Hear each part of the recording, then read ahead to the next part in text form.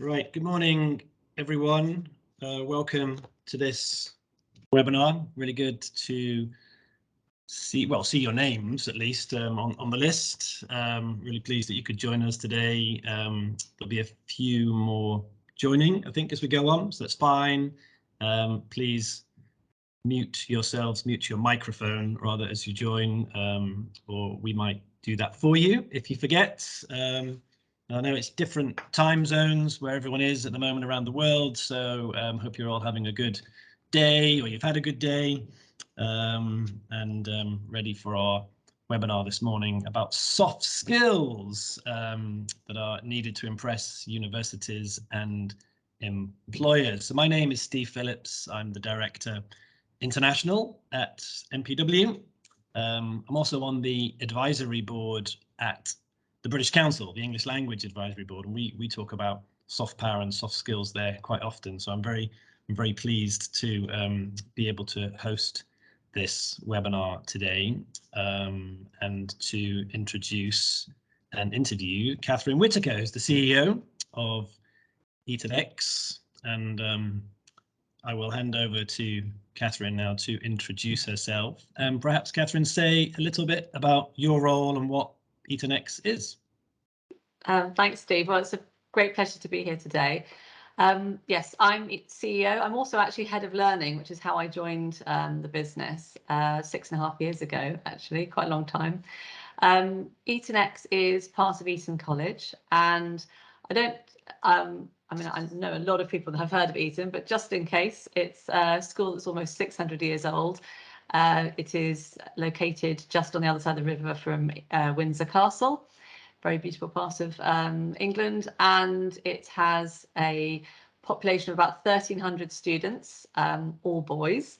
I'm working on making it go co-ed, but 600 years of tradition is hard to shift. Yeah, good luck. And it's well known for producing leaders in all walks of life. 20 British Prime Ministers have been to Eton, but lots of actors that you will have heard of, plus people who've had roles with great success in all spheres: business, law, the army, and anything you can think of. So we work with staff at Eton to create programs which distill the essence of an Eton education. So obviously students do really well there, but what we try and do is look at why that is and how we can then create programs which students who don't go to the school are able to follow and get benefit from.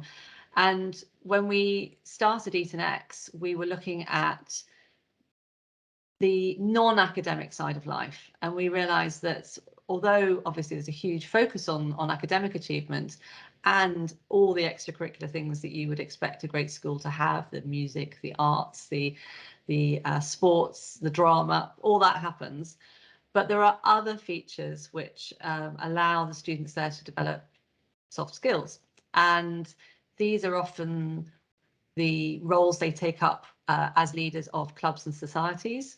The students run those themselves, and they invite people from all walks of life to come to the school and share their experience.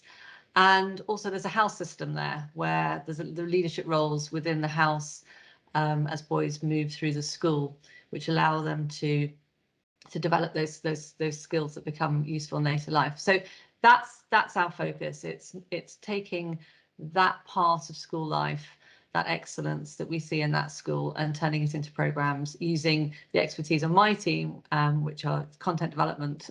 We also have online programs, so software development as well. That's great, and I'll stay with the kind of connection with Eton College just for a moment, if I can. So how did it all come about? I mean, you've got the X at the end of the brand. You're the online division. You've got your kind of learning head of learning background. How a brand and a college so prestigious and so historic as Eton College, did you approach them? Did they approach you? How did it all come about? No, I mean, I'm not the founder of EtonX. It was actually, it grew up out of the school itself, and the school realized that it could be expanding its reach in different ways.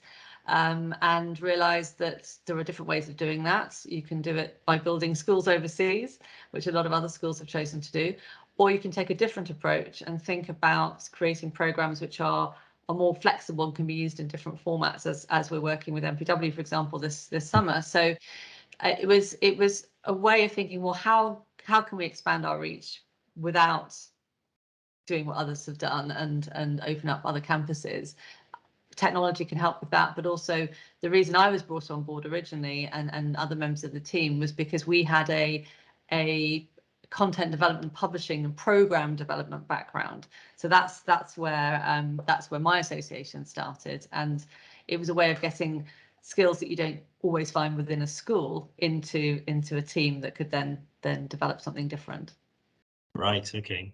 Gotcha. And so soft skills. I was doing a bit of background reading. We spoke just before the webinar this morning, and I was really impressed and amazed actually at so first of all, from a university perspective, because that's what MPW does. We are preparing students for universities through GCSEs and A-levels and foundation programs, and looking at the admissions pages of different university partners that we have, most of them top 20 in Russell Group universities.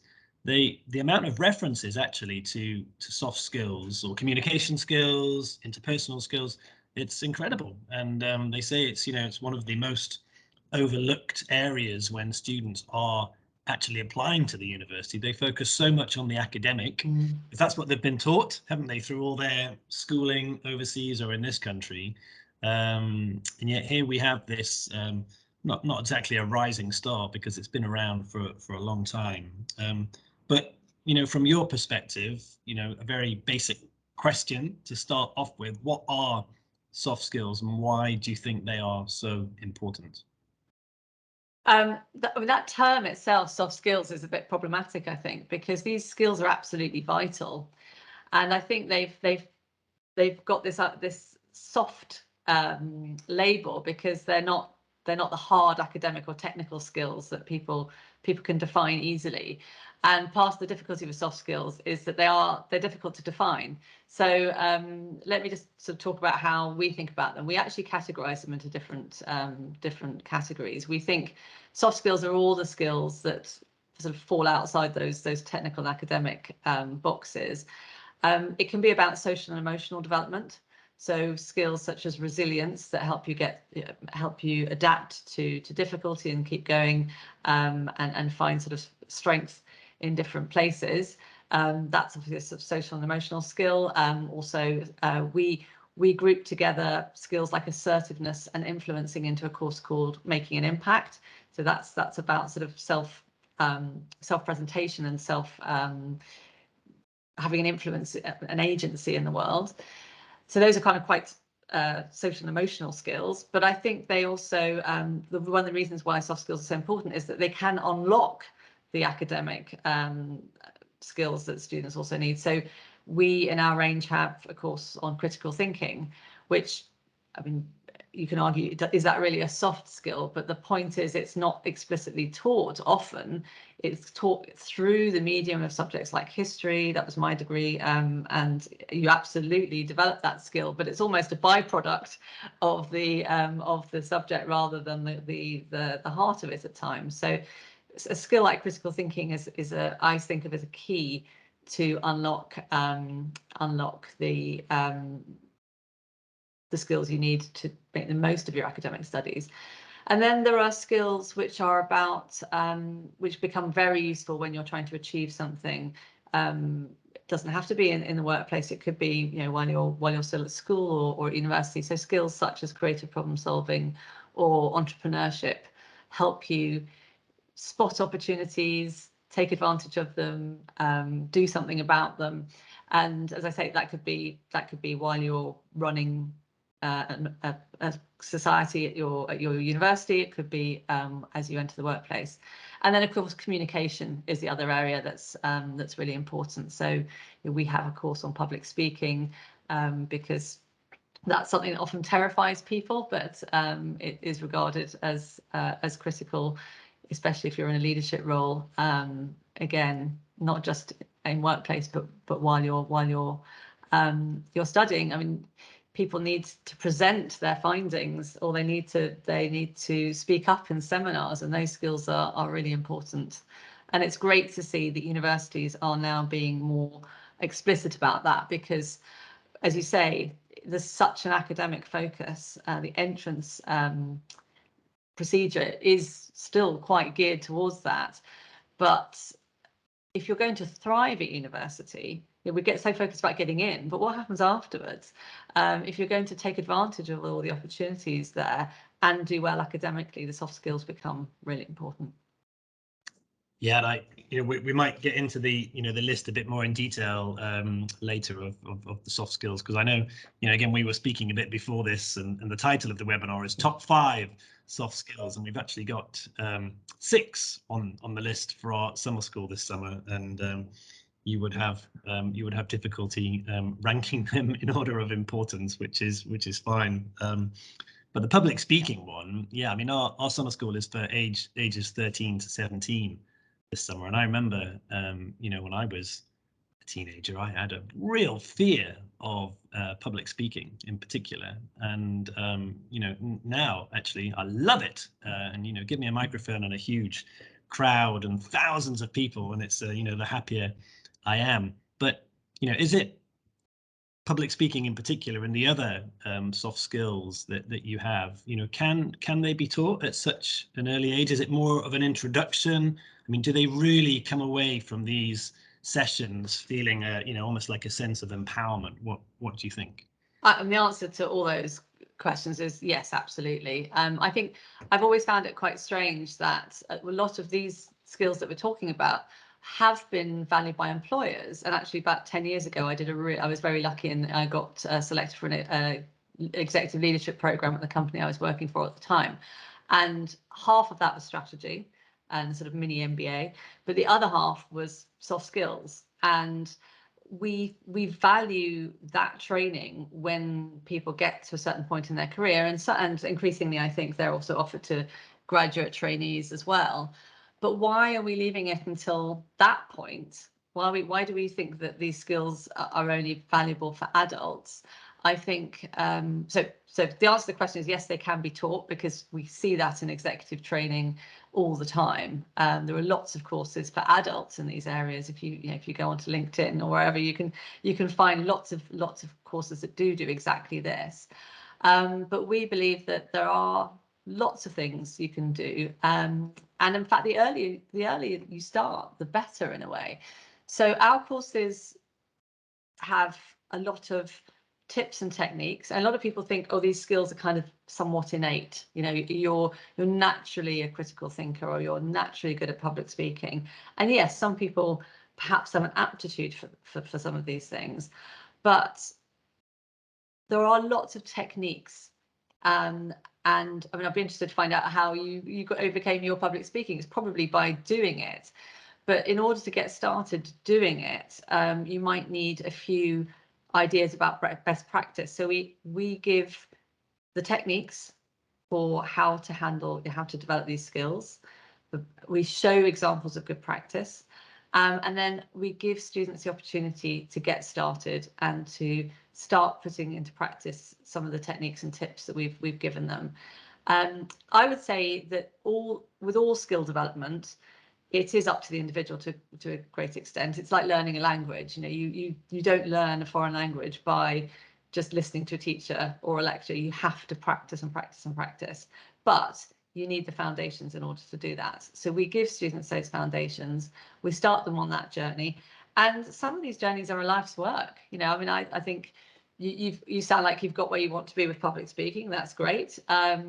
There are other things that, I mean, a skill like resilience, you might think, oh, I'm a terribly resilient person. I've coped with lots of change in my life. And then COVID-19 comes along, and suddenly no one has faced these situations before. And how resilient actually are you? So you need to keep coming back to those techniques, I think. And I think just the first step is being aware that there are these techniques, mean that you start to see developing those soft skills in the same way that you might see how to sew, or a personal training course or whatever, physical activity, you realize, oh, it's something I can learn the basics of, and then I can start practicing and I can keep practicing. Yeah, and I think, listening to you there, I wasn't fortunate enough, as a teenager to come across one of the modules that you have for public speaking. So mine definitely was on the job, if you like. My background is teaching and teacher training. So I think yours is as well, actually, because we've got a similar background with Yes. English language teaching, haven't we? So that, mine was definitely a slow build, in my teens and then 20s, starting to teach, and then just realizing that I enjoyed actually being in front of a crowd of people. But certainly when I was a teenager, I mean, the whole it was a real fear thing from my perspective, standing up in front of people and saying something, saying anything, in fact. So I think it's a great opportunity, really, for young people, for students and pupils. So we've spoken a bit about universities and how they value soft skills, or they might call it different ways, so communication, interpersonal skills, etc. But employers as well, and not even increasingly actually, but this has been going on just for a long time, really, that they are looking for these skills in their applicants, even more so probably than universities. And again, doing a bit of desk research before this webinar with some of our university partners, looking at their careers pages, they all have sections on what employers want, the most valued attributes, areas like that. And Birmingham University of Birmingham, one of our key partners actually for our MPW Birmingham College, has got a whole kind of hub of this area, and the demand for soft skills. They even have like a soft skills list, which is, goes into a lot of detail, and they call it different things, but very similar to the ones that you're offering through your modules. So is this just going to increase? Do you think employers more and more increasingly will be looking for these areas for their applicants, and how can they actually test them at interviews? Because academic, you've got the qualifications, haven't you? You've got a first class honours degree, amazing. You must be an amazing student. Second class, okay, maybe not so amazing, but still pretty good. And then, but how can you find out if the applicants have the soft skills that the employers are looking for? Yeah, I think that's absolutely right. I think if you're looking at an application at a glance, you can see if you've got the qualifications, the on paper qualifications for a role.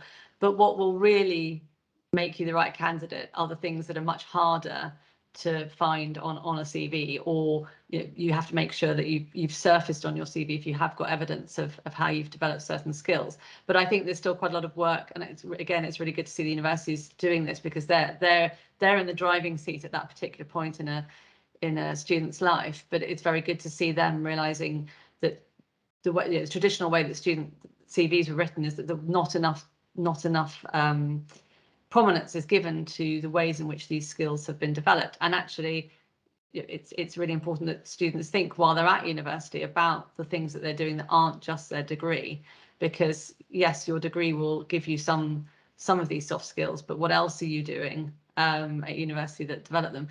But your question is, I mean, the reason they're important for employers is that knowledge dates very quickly these days. The world is changing. There's so much innovation. There's so much scientific and technological innovation that you can graduate, and a few years later, some of the things that you've learned, if you were doing computer science, or look at how vaccines are developing at the moment.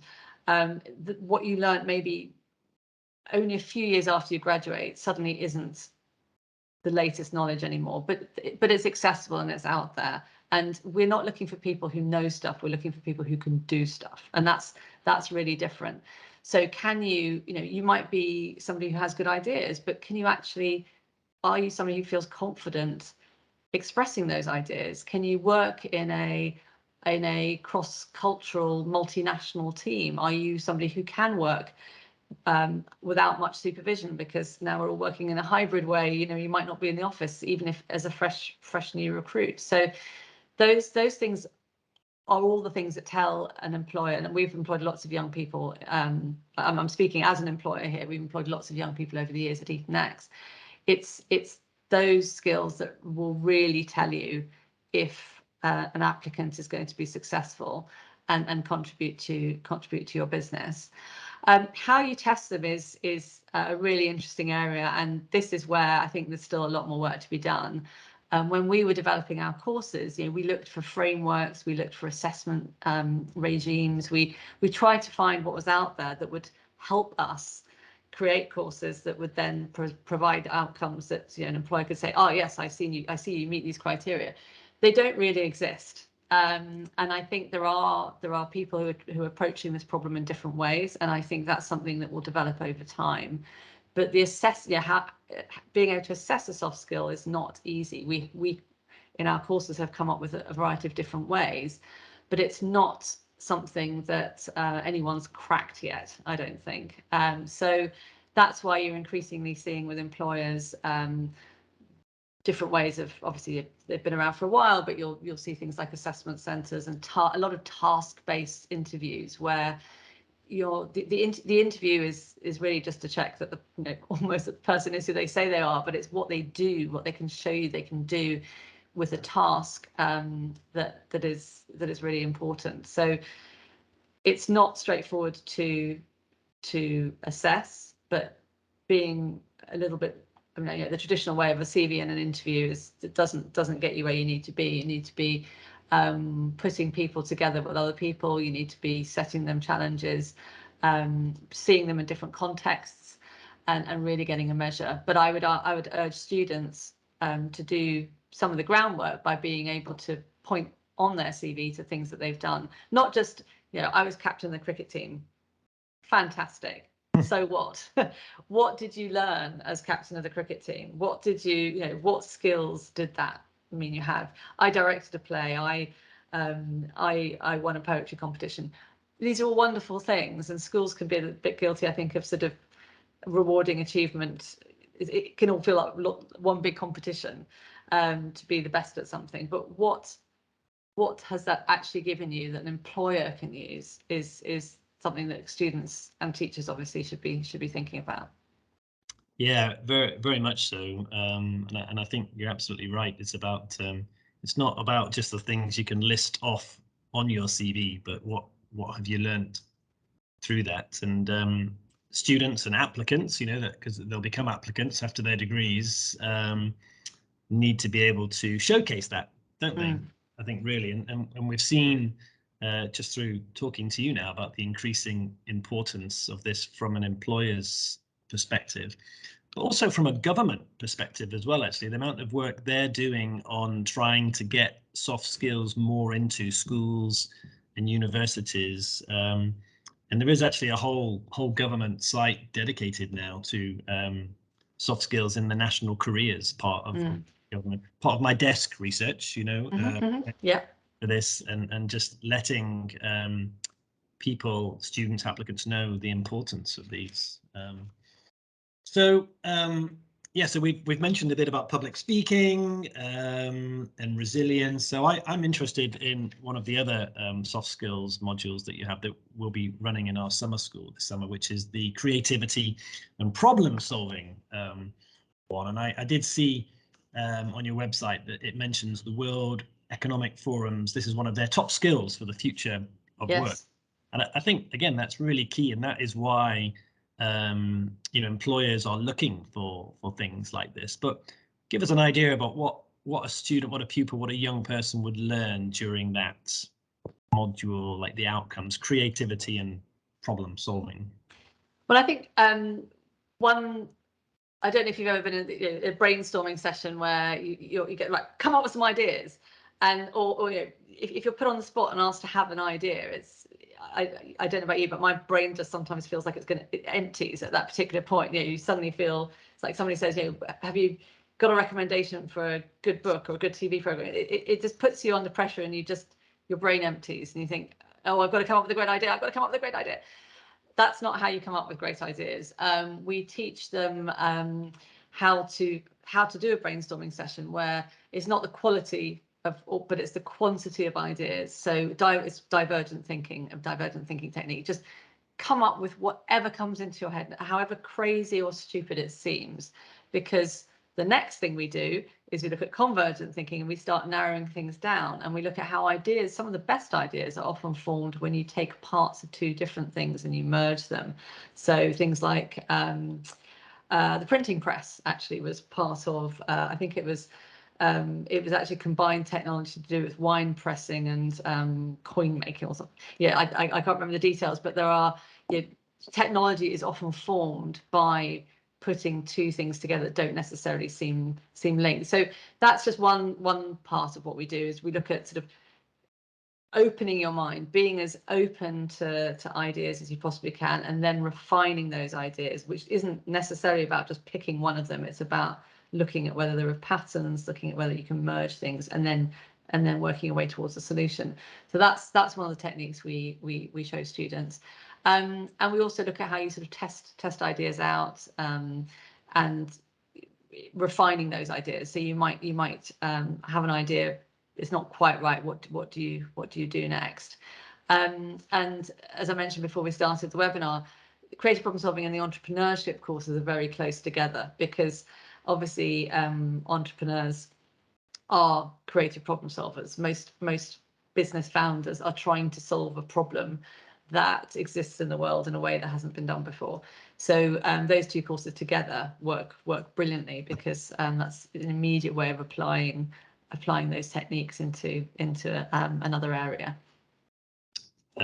Yeah, so those two areas, and we well, the title of the webinar is Top 5 Soft Skills. we did talk about the difficulty of ranking them, but the ones that we've mentioned so far, so public speaking, creative problem solving, resilience, there's also making an impact, entrepreneurship, and critical thinking. So those are the 6 modules that we'll be teaching and giving students and young people an experience with this summer. But of those 6, I'm not going to ask you to rank them, don't worry. But how would, if you have to make a choice as a young person, how would you choose 2 of those? Does it depend on who you are, or Yes. what you want out of? I mean, there's 6 great modules. Choose 2. How do you do it?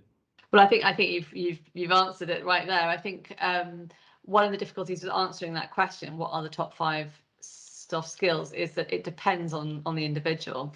And there'll be people who, my advice to students would be to be really honest and do a bit of self-reflection, self-assessment, be really honest about what you think your strengths and weaknesses and your areas for growth potential are, and think about it from that way. I know we can be a little bit too focused sometimes on outcomes and getting into the right institution and being very pragmatic about choices. But I think when it comes to soft skills, you might think, oh, I want to be an entrepreneur. But if your say your public speaking skills are really lacking, and you're actually already sort of working on a business idea, maybe the entrepreneurship course is not the right one for you. Maybe do the public speaking course. Be really honest about which things are holding you back, and where you should be focusing on doing some self-development. So that would be my advice. I think they're all important. I mean, we're working with 6 courses for you, but we actually have a portfolio of many more courses. So we didn't stop at 5 or 6. We've gone on and developed 11, 12, 13 different courses. So I think it really does depend on the individual, and to some extent where they want to get to. But if you're missing something in your armory, doesn't matter what you do, you'll always feel that lack. So I would think about that quite deeply first. Great, thank you. Now I do have one more question for you, but I'm going to quickly share actually the MPW summer school in Cambridge. Just go through a couple of slides just for those on the webinar so they can see what it is all about. this summer. So you can see that, can't you? We've got the MPW Summer School Cambridge. Just talks about the ages that the program is for. So it's 13 to 17 years old. It's in Cambridge this summer, starting on the 10th of July, finishing on the 6th of August. So it's either a 2-week course or a 4-week course.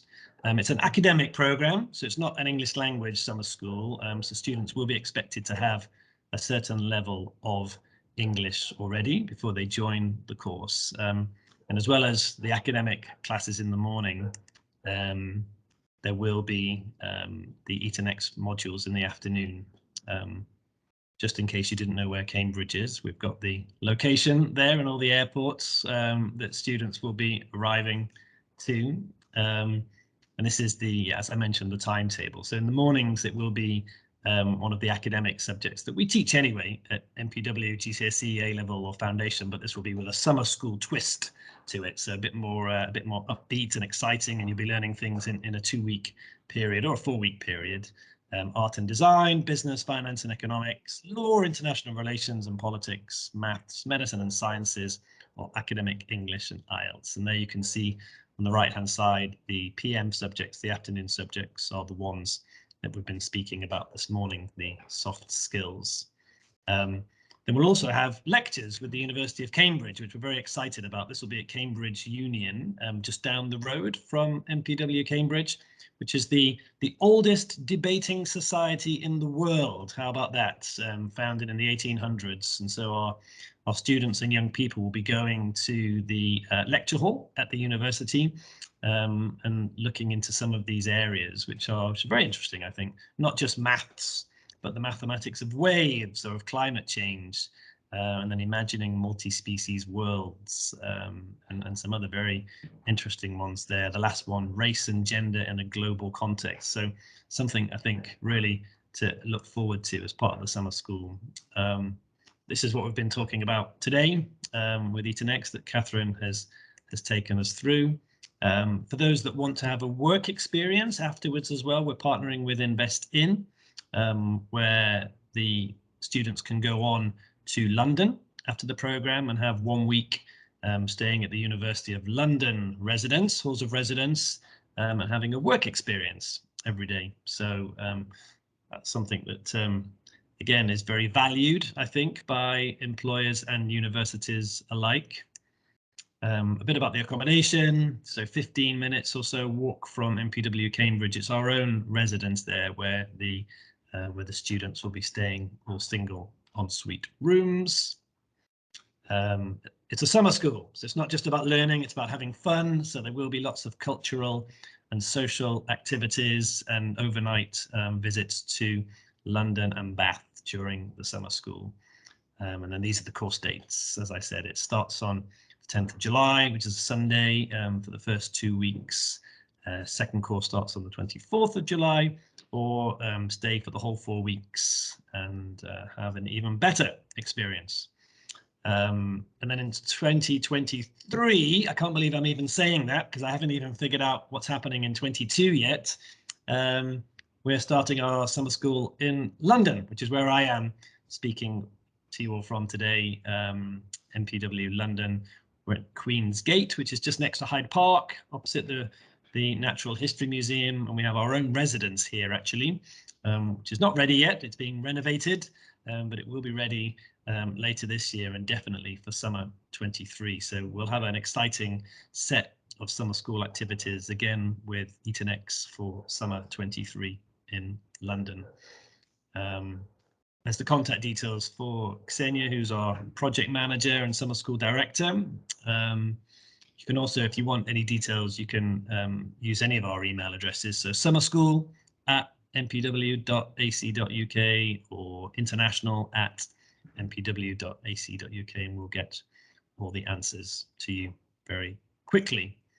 So that was a brief overview of the summer school. Didn't want to take up too much time, but just to give you an idea that these soft skills and these modules that we've been speaking about this morning are all possible with MPW this summer in Cambridge. So I hope as many people as possible will come along to that.